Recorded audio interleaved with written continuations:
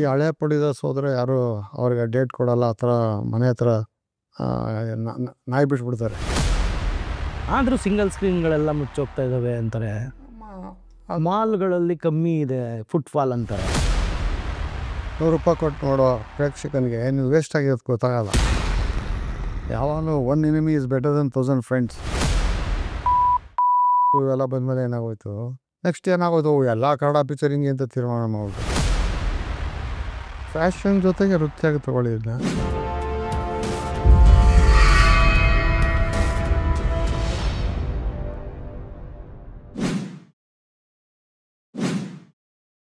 Investing in cinemas without cinema knowledge is injurious to you, your family, and the audience too. Annadata Sukhi Bhava. ಅನ್ನದಾತ ಸುಖಿ ಭವ. ಇವತ್ತಿನ ಈ ಸಂಚಿಕೆಯಲ್ಲಿ ನಮ್ಮ ಅತಿಥಿಗಳಾಗಿ ಯಾರು ಬಂದಿದ್ದಾರೆ ಅಂದರೆ ಶಿಲ್ಪಾ ಶ್ರೀನಿವಾಸರವರು. ಶಿಲ್ಪಾ ಶ್ರೀನಿವಾಸ್ ಅಂದರೆ ಇವರು 15ಕ್ಕೂ ಹೆಚ್ಚು ಕನ್ನಡ ಸಿನಿಮಾನ ನಿರ್ಮಾಣ ಮಾಡಿದ್ದಾರೆ. 800ಕ್ಕೂ ಹೆಚ್ಚು ಎಲ್ಲ ಭಾಷೆಗಳ ಸಿನಿಮಾನ ವಿತರಣೆ ಮಾಡಿದ್ದಾರೆ. ಈಗ ಅವರು ಕರ್ನಾಟಕ ಚಲನಚಿತ್ರ ವಾಣಿಜ್ಯ ಮಂಡಳಿಯ ಉಪಾಧ್ಯಕ್ಷರು ಕೂಡ ಆಗಿದ್ದಾರೆ. ಇವರು ಸುಮಾರು 1978ರಿಂದ ನಮ್ಮ ಕನ್ನಡ ಚಿತ್ರರಂಗದಲ್ಲಿ ಗುರುತಿಸ್ಕೊಂಡಿದ್ದಾರೆ. ಸರ್, ತಮಗೆ ಈ ಕಾರ್ಯಕ್ರಮಕ್ಕೆ ಸ್ವಾಗತ. ನಮಸ್ಕಾರ. ಶಿಲ್ಪಾ ಶ್ರೀನಿವಾಸ್ ಅನ್ನೋ ಹೆಸರು ಹೇಗೆ ಬಂತು ಅಂತ? ಶಿಲ್ಪಾ ಶ್ರೀನಿವಾಸ್ ಅನ್ನೋದು ಶಿಲ್ಪಾ ಮೂವೀಸ್ ಅಂತ ನಮ್ಮದು ಫಿಲ್ಮ್ ಡಿಸ್ಟ್ರಿಬ್ಯೂಷನ್ ಆಫೀಸ್ ಇತ್ತು. ನಮ್ಮ ಕಾಲದಲ್ಲಿ ಆವಾಗ ಗಂಧರ್ವ ಶ್ರೀನಿವಾಸ್ ಅಂತ, ಬೆಂಚ್ ಶ್ರೀನಿವಾಸ್ ಅಂತ, ಹಿಂಗೆ ಸುಮಾರು ಜನ ಶ್ರೀನಿವಾಸ್ ಅಂತ ಹೆಸರು. ನಮ್ಮದು 59 ನಾವು ಡೇಟ್ ಆಫ್ ಬರ್ತು. ಆವಾಗೆಲ್ಲ ತಿರುಪ್ತಿಗೆ ಹೋಗ್ಬಿಟ್ರೆ ಶ್ರೀನಿವಾಸ ಅಂತ, ವೆಂಕಟೇಶ ಅಂತ, ಧರ್ಮಸ್ಥಳಕ್ಕೆ ಹೋದರೆ ಮಂಜು, ಸುಬ್ರಹ್ಮಣ್ಯ ಅವರೇ, ನಾಗರಾಜು, ಇವೇ ಜಾಸ್ತಿ ಚಾಲ್ತಿಯಲ್ಲಿತ್ತು. ಯಾಕಂದರೆ ದೇವ್ರ ಹೆಸರು ಹೇಳ್ತಾ ಇದ್ದಂಗೆ ದೇವ್ರನಾಮ ಮಾಡ್ದಂಗೆ ಆಗ್ತದೆ. ಹೌದು. ಯಾಕಂದರೆ ಆವಾಗ ನಮ್ಮ ಹಿರಿಯರೆಲ್ಲ ತುಂಬ ಕಷ್ಟಜೀವಿಗಳು. ಅವರು ದೇವ್ರ ಪೂಜೆ ಮಾಡ್ಕೊಂಡು ಕೂತ್ಕೊಳ್ಳೋಕ್ಕೆ ಹೊಟ್ಟೆ ಪಾಪಿ ಪೇಟ್ ಕಸವ, ಪೂಜೆ ಮಾಡೋಷ್ಟು ಟೈಮ್ ಇರಲಿಲ್ಲ. ಹಿಂಗೆ ನಾವು ದೇವ್ರ ಧ್ಯಾನ ಮಾಡಲಿ ಅಂತ ಹಿರಿಯರು ಶ್ರೀನಿವಾಸ ಅಂತ ಹೆಸರುಗಳು. ಈ 2000 ಇಸ್ವಿ ಆದಮೇಲೆ ನಾವು ಹಿಂಗೆ ಬೆಳೆದಂಗೆಲ್ಲ ಸುಮಾರು ಶ್ರೀನಿವಾಸ ಆಯಿತು. ಅಲ್ಲಂಗೆ ಶಿಲ್ಪಾ ಶ್ರೀನಿವಾಸ್ ಹಂಗೆ ಆಫೀಸ್ ಹೆಸರು ಹಂಗೆ ಉಳ್ಕೊಂಡು ಬಂದು ಶಿಲ್ಪಾ ಶ್ರೀನಿವಾಸ್ ಅಂತ ಆಗೋಯ್ತು. ಮೂಲತಃ HC ಶ್ರೀನಿವಾಸ ನಮ್ಮದು. ಎಣ್ಣಂಗೂರು ಚೌಡಪ್ಪ ನಮ್ಮ ತಂದೆ ಹೆಸರು, ಎಣ್ಣಂಗೂರು ನಮ್ಮೂರ ಹೆಸರು, ಶ್ರೀನಿವಾಸ HC ಶ್ರೀನಿವಾಸು. ಇದು ಶಿಲ್ಪಾ ಶ್ರೀನಿವಾಸ್ ಅಂತ ಓಡ್ತಾ ಇದೆ. ಪರಮಾತ್ಮನ ಇದು ಹಂಗಿರ್ಬೋದೇನೋ. ಅಣ್ಣ, ನೀವು ಸುಮಾರು ಸಿನಿಮಾಗಳು ಮಾಡಿದ್ದೀರ. ಉಪೇಂದ್ರ ಅವ್ರದ್ದು ಉಪೇಂದ್ರ ಸಿನಿಮಾ ಆಗಿರ್ಬೋದು, ಕಲ್ಪನಾ 2 ಆಗಿರ್ಬೋದು, ಶಿವಣ್ಣ ಅವ್ರದ್ದು ವಾಲ್ಮೀಕಿ ಆಗಿರ್ಬೋದು, ಮತ್ತು ನಮ್ಮ ವಿಷ್ಣು ಸರ್ನ ಹಾಕ್ಕೊಂಡು ಪರ್ವ ಆಗಿರ್ಬೋದು. ಇಷ್ಟು ಸಿನಿಮಾಗಳು ಮಾಡಿದಿರ ಅಂದರೆ 15ಕ್ಕೂ ಹೆಚ್ಚು ಸಿನಿಮಾಗಳು ಮಾಡಿದಿರ. 800ಕ್ಕೂ ಹೆಚ್ಚು ಸಿನಿಮಾನ ಡಿಸ್ಟ್ರಿಬ್ಯೂಷನ್ ಮಾಡಿದಿರ. ಅಂದರೆ ನೀವು ಆ್ಯಸ್ ಎ ಪ್ರೊಡ್ಯೂಸರು ಗುರ್ಸ್ಕೊಂಡಿದ್ದೀರ, ಆ್ಯಸ್ ಎ ಡಿಸ್ಟ್ರಿಬ್ಯೂಟ್ರು ಗುರ್ಸ್ಕೊಂಡಿದ್ದೀರ ನಮ್ಮ ಕನ್ನಡ ಚಿತ್ರರಂಗದಲ್ಲಿ. ನಿಮ್ಮ ಒಂದು ಏಳು ಬೀಳುಗಳು ಅಂದರೆ ಸಕ್ಸಸ್ಸು ಕಂಡಿರ್ತೀರ, ಫೇಲ್ಯೂರು ಕಂಡಿರ್ತೀರ. ನಿಮ್ಮ ಫೇಲ್ಯೂರು ನಮ್ಮ ಹೊಸದಾಗಿ ಬರ್ತಕ್ಕಂಥ ಸಿನಿಮಾ ಮಾಡೋರಿಗೆ ಒಂದು ಪಾಠ ಆಗಬೇಕು, ನಿಮ್ಮ ಸಕ್ಸಸ್ಸು ಅವ್ರಿಗೆ ಇನ್ಸ್ಪಿರೇಷನ್ ಆಗಬೇಕು ಅನ್ನೋದೇ ಉದ್ದೇಶ. ಈ ಅನ್ನದಾತ ಸುಖೀಭವ ಅನ್ನೋ ಕಾರ್ಯಕ್ರಮನೇ ಅದಕ್ಕೋಸ್ಕರ ಮಾಡಿರೋದು. ನೀವು ಅವ್ರಿಗೆ ಏನು ಹೇಳೋಕ್ಕೆ ಇಷ್ಟಪಡ್ತೀರಾ, ಮತ್ತು ನಿಮ್ಮ ಸಕ್ಸಸ್ ಫೇಲ್ಯೂರ್ ಬಗ್ಗೆನೂ ಒಂದು 2 ಮಾತು. ನಮ್ಮದು ಸಕ್ಸಸ್ 76ನೇ ಇಸ್ವಿಯಿಂದ 2000 ಇಸ್ವಿವರೆಗೂ ಯಾರು ಪ್ರೈಮ್ ಮಿನಿಸ್ಟ್ರು ಇಲ್ಲ, ಆ ಥರ ನಮ್ಮದೆಲ್ಲ ಸಕ್ಸಸ್ಸೇ. ಆ ಥರನೇ ಜೀವನ ಎಲ್ಲ. ನಾವು ರಾಜ್ಕುಮಾರು, ವಿಷ್ಣುವರ್ಧನ್ನು, ಪ್ರಭಾಕರ್ ಅವರು, ಶಂಕರ್ ನಾಗು, ಅಂಬರೀಷ್ ಅವರು. ಅಂಬರೀಷ್ ಅವರು ನಮ್ಮ ಬಾಸ್. ಅವ್ರದ್ದು ಪರ್ಮನೆಂಟ್ ಡಿಸ್ಟ್ರಿಬ್ಯೂಟ್ರ್ ನಾನು. ಅವರೇ ನನ್ನ ಪ್ರೊಡ್ಯೂಸರ್ ಮಾಡಿದ್ದು. ಏನೋ ನೀನು ಹಾಕೊಂಡು ಬರೀ ಟಿಫನ್ ಮಾಡ್ತೀಯ, ಊಟ ಮಾಡು ಅಂತ ಹೇಳ್ಬಿಟ್ಟು ಅವರೇ 50,000 ಕೊಟ್ಟು 84ನೇ ಇಸ್ವಿಲಿ ಪ್ರೊಡಕ್ಷನ್ ಮಾಡೋದ್ರು. ಅವಾಗ ಹಿಂಗೆ ನಮ್ಮ ಆತ್ಮೀಯರು ದಯಾನಂದ್ ಅಂತ ಒಬ್ಬರು ಅವರು ಬಂದು ಸೇರಿಕೊಂಡು, ನಮ್ಮ ರವಿಕುಮಾರದ ಕ್ಲಾಸ್ಮೇಟ್ಸ್ 3 ಸೇರ್ಕೊಂಡು ಆ ಪಿಕ್ಚರ್ ಅಲ್ಲಿಂದ ಪ್ರೊಡ್ಯೂಸರ್ ಆಗಿದ್ದು. ಯಾವ ಪಿಕ್ಚರ್ ಫಸ್ಟ್ ಪ್ರೊಡ್ಯೂಸರ್? ಪ್ರಜಾಪ್ರಭುತ್ವ ಅಂತ. Prajaprabhutva. Ambareesh picture permanent distributor. Bete, mister ರಾಜ, ದಿಗ್ವಿಜಯ, ವಿಶ್ವರೂಪ, ಬ್ರಹ್ಮೇಶ್ವರ, ಸುಮಾರು ಪಿಕ್ಚರ್ ಅವ್ರದ್ದು ನಾನು ಪರ್ಮನೆಂಟ್ ಡಿಸ್ಟ್ರಿಬ್ಯೂಟ್ರು. ಅವರೇ ನಮ್ಮನ್ನ ಕರ್ಕೊಂಡು ಪ್ರೊಡ್ಯೂಸರ್ ಮಾಡಿದ್ದು. ಆ ಕಾಲನೇ ಬೇರೆ, ಬರೀ ವಾಕ್ ಸಿನಿಮಾ, ಟಾಕ್ ಸಿನಿಮಾ, ಈಟ್ ಸಿನಿಮಾ. ಆಮೇಲೆ ನಮ್ಮ ಕಾಲದಲ್ಲೆಲ್ಲ ಥಿಯೇಟ್ರಿಗೆ ಹೋಗ್ಬಿಟ್ರೆ ಆ, ಜನ ಇಲ್ಲದೆ ಇದ್ದು ಎಲ್ಲ ನೋಡೇ ಇರಲಿಲ್ಲ. ಕಾಲಿಡಕ್ಕೆ ಜಾಗ ಇರ್ತಿರ್ಲಿಲ್ಲ. ಕಾಲಿಡಕ್ಕೆ ಜಾಗ್ತಾ ಇರಲಿಲ್ಲ. ಏನದು ನೆಲದಲ್ಲಿ ಕೂತ್ಕೊಂಡು ನೋಡೋರು, ಒಬ್ಬರ ಮೇಲೆ ಒಬ್ಬರು ಕುಡಿಸ್ಕೊಂಡು ಜಾಗ ಇಲ್ದಿರೋ ತಂದೆ ಮಕ್ಕಳನ್ನ ಹೊತ್ಕೊಂಡು ನೋಡೋರು, ನಿಂತ್ಕೊಂಡು ನೋಡೋರು, ಕದ್ದು ನೋಡೋರು. ಆಮೇಲೆ ಕ್ಯೂಗೇನೆ ಇವಾಗ ಕ್ರಿಕೆಟಲ್ಲಿ ಆಯ್ತಲ್ಲ ನಿನ್ನೆ, ಆ ಥರ ಆ ಥರ ತೀರ್ ತಗೊಳಕ್ಕೆ ಜನ ಇದಾಗ್ಬಿಡೋದು. ಲಾಠಿ ಚಾರ್ಜ್ಗಳಾಗವು. ಲಾಟ್ರಿ ಚಾರ್ಜ್ ಹೊಡೆಯೋಕ್ಕೆ ಅವಾಗ ಬಾಡಿ ಗಾರ್ಡ್ಸ್ ಇರ್ತಾಯಿದ್ರಿ ಕಂಟ್ರೋಲ್ ಮಾಡೋಕ್ಕೆ. ಆ ಥರ ಸಿನಿಮಾ ಕ್ರೇಜು. ಸುವರ್ಣ ಕಾಲ ಕನ್ನಡ ಚಿತ್ರರಂಗ. ಅದ್ಯಾರ ಕೃಷ್ಣದೇವನ ಕಾಲದಲ್ಲಿ ರೋಡಲ್ಲಿ ಬೆಳ್ಳಿ ಚಿನ್ನ ಮಾರಿದ್ದ ಆ ಥರ ಸಿನಿಮಾ ಕಾಲ ಆವಾಗ. ನಾನು ಅದನ್ನೆಲ್ಲ ನೋಡ್ಬಿಟ್ಟು ಈಗ ಒಂದು 6 ತಿಂಗಳು ಈಚೆಗೆ ನೋಡ್ತಾ ಇದ್ರೆ ಇದು ಏನಾದ್ರು ಡಾರ್ಕ್ ಕತ್ಲು ಬಂದಿದೆ ಅಷ್ಟೇ, ತಿರ್ಗಾ ಬೆಳಗ್ಗೆ ಬರುತ್ತೆ ಅನ್ನೋ ಭರವಸೆ. ಭರವಸೆ ಇದೆ. ಬರೇ ಬರುತ್ತೆ. ಹೌದಾ? ಸಿನಿಮಾ ಏನದು ಸೂರ್ಯ ಮುಳುಗದೇ ಇರೋ ಸಾಮ್ರಾಜ್ಯ ಅಂತ ಇದ್ರಲ್ಲ, ಆ ಥರ ಸಿನಿಮಾಗೆ ಇದ್ದೇ ಇದೆ. ಆದರೂ ಸಿಂಗಲ್ ಸ್ಕ್ರೀನ್ಗಳೆಲ್ಲ ಮುಚ್ಚೋಗ್ತಾ ಇದ್ದಾವೆ ಅಂತಾರೆ, ಮಾಲ್ಗಳಲ್ಲಿ ಕಮ್ಮಿ ಇದೆ ಫುಟ್ಫಾಲ್ ಅಂತಾರೆ. ಇದು ನಮ್ಮ ಶತಮಾನ. ಆದ್ರೂ ನೀವು ಹೇಳೋದು ಮಾಡ್ಲಿಗೆಲ್ಲ ಥಿಯೇಟ್ರ್ಗಳೆಲ್ಲ ಲೈಕ್ ಮಾಡೋರು. ಬಟ್ ಈಗ್ಲೂ ನೀವು ಹೇಳೋದು ತಿರ್ಗಾ ವಾಪಸ್ಸು ಆ ಕಾಲ ಬಂದೇ ಬರುತ್ತೆ. ಬರೇ ಬರುತ್ತೆ, ಏನಂದ್ರೆ ಮಾಡಿಫೈ ಆಗಿ ಬರ್ತವೆ. ಅದೇ. ಮತ್ತು ಅಂತ ನಿಮ್ಮ ಸಕ್ಸಸ್ಸು 2000 ತನಕ ಅಂತ ಹೇಳಿದ್ರಿ, ಅದರಲ್ಲೇ ಫೇಲ್ಯೂರು ಕಂಡಿಡ್ತೀರಾ. ಅದಕ್ಕೆ ಈ ಹೊಸ್ದಾಗಿ ಬರೋರಿಗೆ ಏನು ತಪ್ಪುಗಳು ಮಾಡಬಾರ್ದು ಅವರು ಅನ್ನೊಂದು 2 ಮಾತು ಹೇಳ್ಬೇಕು. ಈಗಿನ ಕಾಲಕ್ಕೆ ಆದಷ್ಟು FILM ಅಂದರೆ ಫಿಲಮ್ಮು,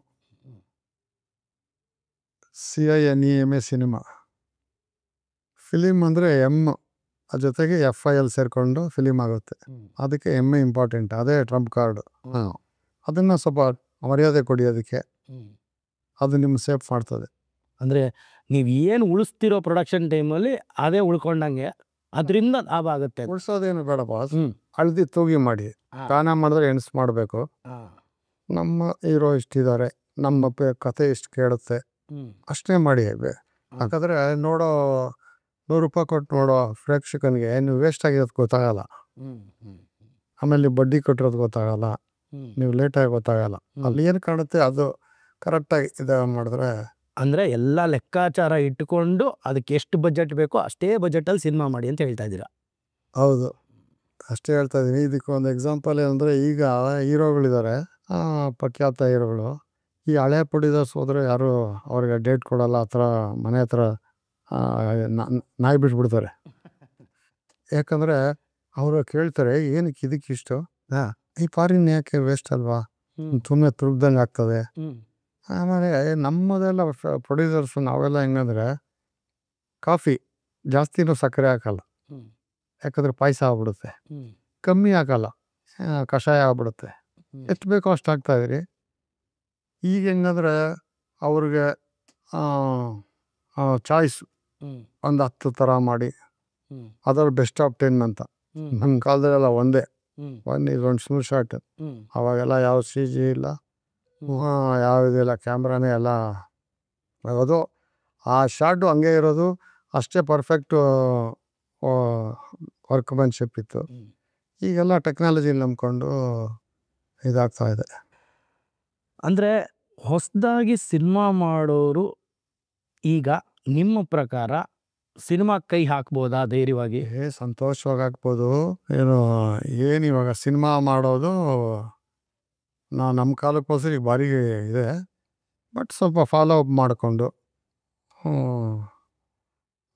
ಅದೇ ಏನು ನಮ್ಮದು ಏನು ವ್ಯಾಪಾರ ಆಗುತ್ತೆ, ಯಾವುದ್ಯಾವುದು ಇದಿದೆ ನೋಡಿಕೊಂಡು.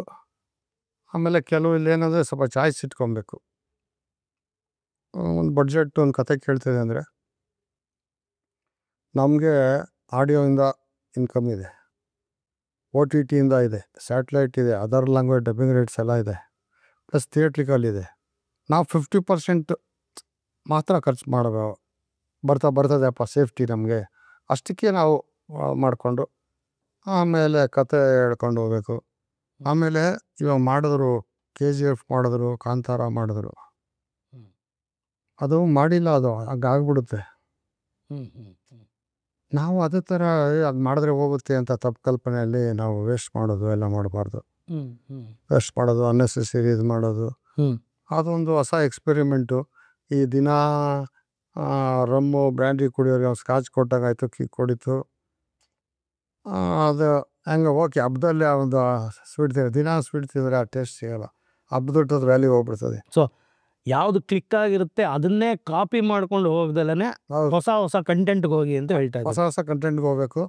ಆಮೇಲೆ ಇವತ್ತು ಏನಾಗ್ಬಿಟ್ಟಿದೆ ಟೆಕ್ನಾಲಜಿ ಅಂದರೆ, ಇವಾಗ ನಾವೇ ಫೋನ್ ನೋಡ್ತಾ ಇದ್ರೆ ಒಂದು 10 ಸೆಕೆಂಡ್ ಮೇಲೆ ನಾವು ಇನ್ನೊಂದು ಚೇಂಜ್ ಮಾಡ್ತೀರಿ ಅಷ್ಟೇ. ಫುಲ್ಲು ನೋಡೋಕೆ ಹೋಗಲ್ಲ ಹಿಂದಿರೂ. ಹಂಗೆ ಹತ್ತ ಕಾಲದಲ್ಲಿ ಏನಂದರೆ ಅದಕ್ಕೆ ತಕ್ಕಂತೆ ಅಂದರೆ ಸಿನಿಮಾಗೆ ಮೊಬೈಲೇ ಕಾಂಪಿಟೇಷನ್ ಆಗ್ಬಿಟ್ಟಿದೆ ಅಂತ ಹೇಳ್ತಾ ಇದ್ದೀರಾ. ಇಲ್ಲ, ಕಾಂಪಿಟೇಷನ್ ಅಲ್ಲ ಅದು. ಯಾವಾಗಲೂ one enemy is better than 1000 friends.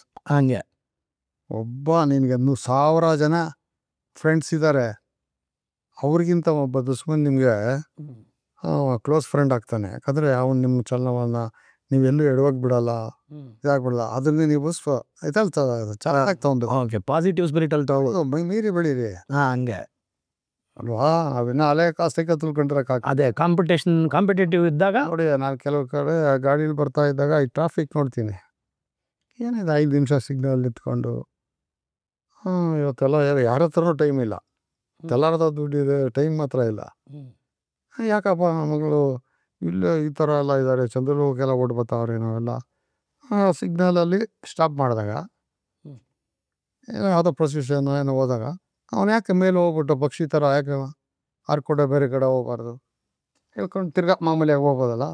ಇವೆಲ್ಲ ಈ ಥರ ಟೆಕ್ನಾಲಜಿ ಅಪ್ಡೇಟ್ ಆಗಬೇಕು. ನಮ್ಮ ಕನ್ನಡದ ಚಿತ್ರರಂಗಕ್ಕೆ ಒಂದು ದೊಡ್ಡ ಸಮಸ್ಯೆ ಎದುರಾಗಿದೆ. ಏನು ಅಂದರೆ OTT ರೈಟ್ಸ್ ಆಗಲಿ, ಚಾನಲ್ ರೈಟ್ಸ್ ಆಗಲಿ ಸಿಗ್ತಾ ಇಲ್ಲ ಅನ್ನೋದು.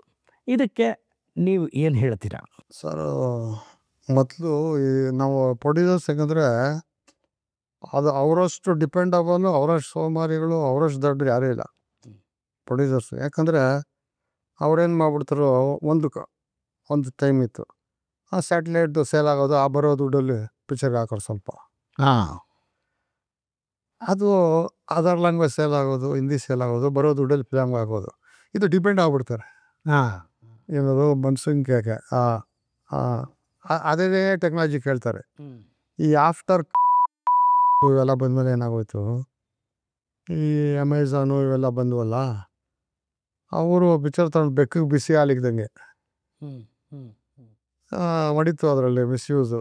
ನೆಕ್ಸ್ಟ್ ಏನಾಗೋದು, ಎಲ್ಲ ಕನ್ನಡ ಪಿಕ್ಚರ್ ಹಿಂಗೆ ಅಂತ ತೀರ್ಮಾನ ಮಾಡಿಬಿಟ್ಟು ಇರೋದ್ರಲ್ಲಿ ಕನ್ನಡ ಪಿಕ್ಚರೇ ಒಳ್ಳೆ ಪಿಕ್ಚರ್ ಬರ್ತಾಯಿದೆ. ನಾನು ಮೊನ್ನೆ ವೇವ್ಸ್ ಅಂತ ಪ್ರಧಾನಮಂತ್ರಿ ಮೋದಿಯವರ ಅಧ್ಯಕ್ಷತೆಯಲ್ಲಿ 10,000 ದೇಶದಿಂದ 10,000 ಪ್ರತಿನಿಧಿಗಳು ಬಂದು ಬಾಂಬೆಯಲ್ಲಿ ದೊಡ್ಡ ಇದಾಯಿತು.